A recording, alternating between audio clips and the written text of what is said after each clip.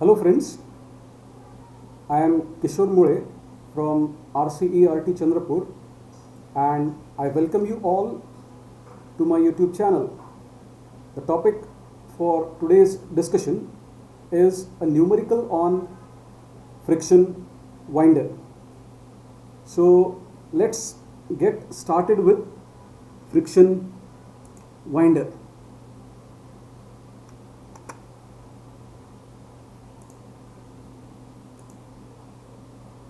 Yes, before we start the numerical, here is a brief information on friction winder. So basically, as you can see in the diagram, there are two types of friction winder.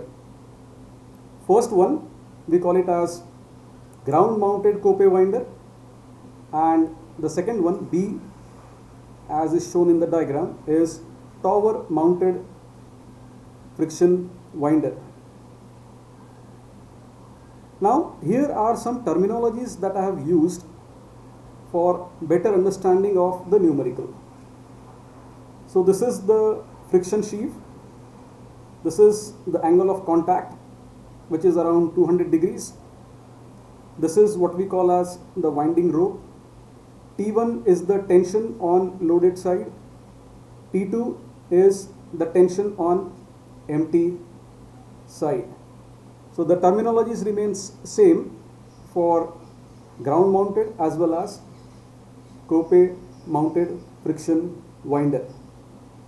Now the difference between the ground mounted friction winder and the tower mounted friction winder is, in case of ground mounted, the friction sheave and the winding engine is located on the ground, whereas in case of tower mounted friction winder, the friction sheave and the winding engine is located on the headgear. So let's get started off with the numerical. So friction winder operates under following conditions. So let's have a brief look at the condition. The capacity of the skip 12 tons, mass of the skip and suspension gear 12 tons, rope diameter given to you is 29 millimeters, mass of the rope 4.74 kg per meter length, number of ropes 4. So this is essentially an example on multi-rope friction winder. Angle of contact, as we have discussed earlier, 200 degrees.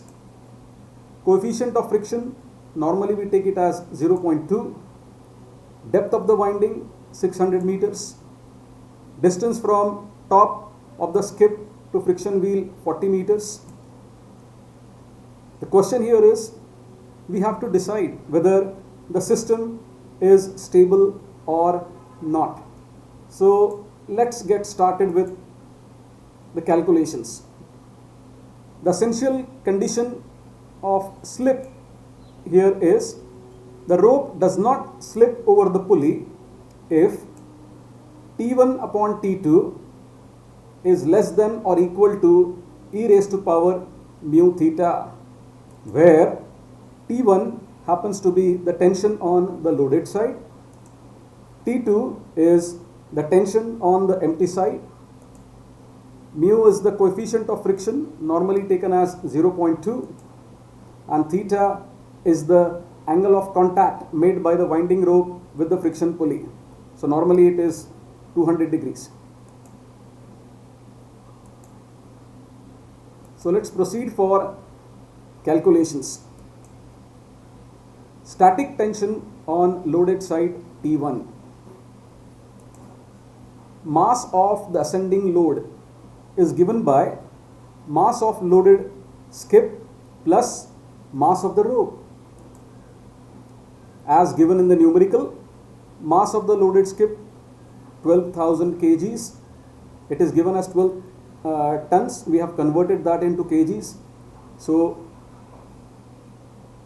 mass of the empty skip and the suspension gear, again 12,000 kgs, plus 4.74 is the mass of the rope per kg meter, and the total length here is 600 is the depth of the shaft, and 40 meters is given as the height of the rope, height of the tower at which the friction sheave is located, and 4 happens to be the number of ropes.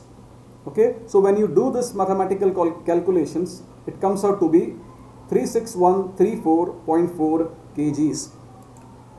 So we calculate the tension, that is force multiplied by mass multiplied by acceleration.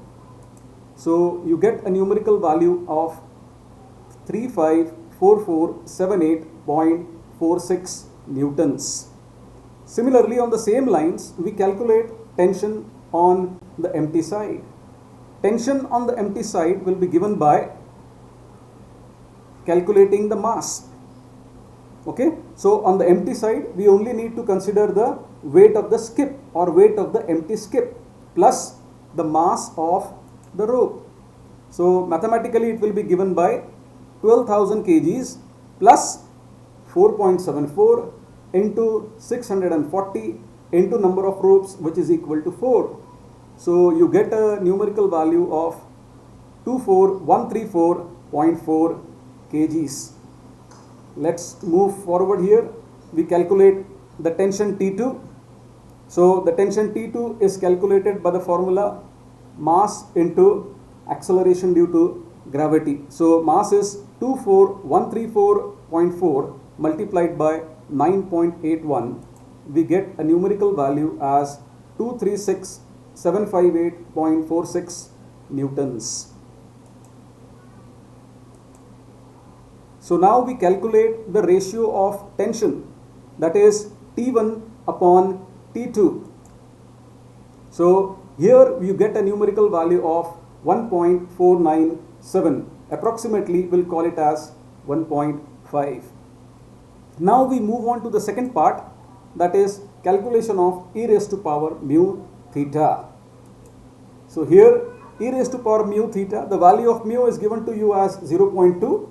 Theta here is in radians.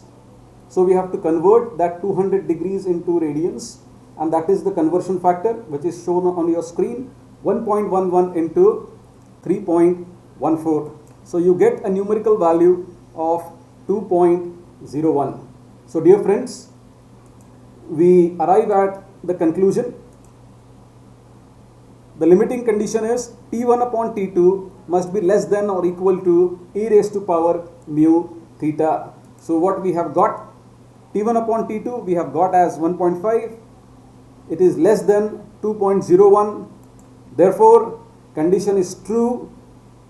Since the condition is true, we can say that this system is a stable system. So dear friends, hope you like this video. If so, do press the like button. If you wish to see more such videos, do press the subscribe button, and do not forget to press the bell icon for notifications. Thank you.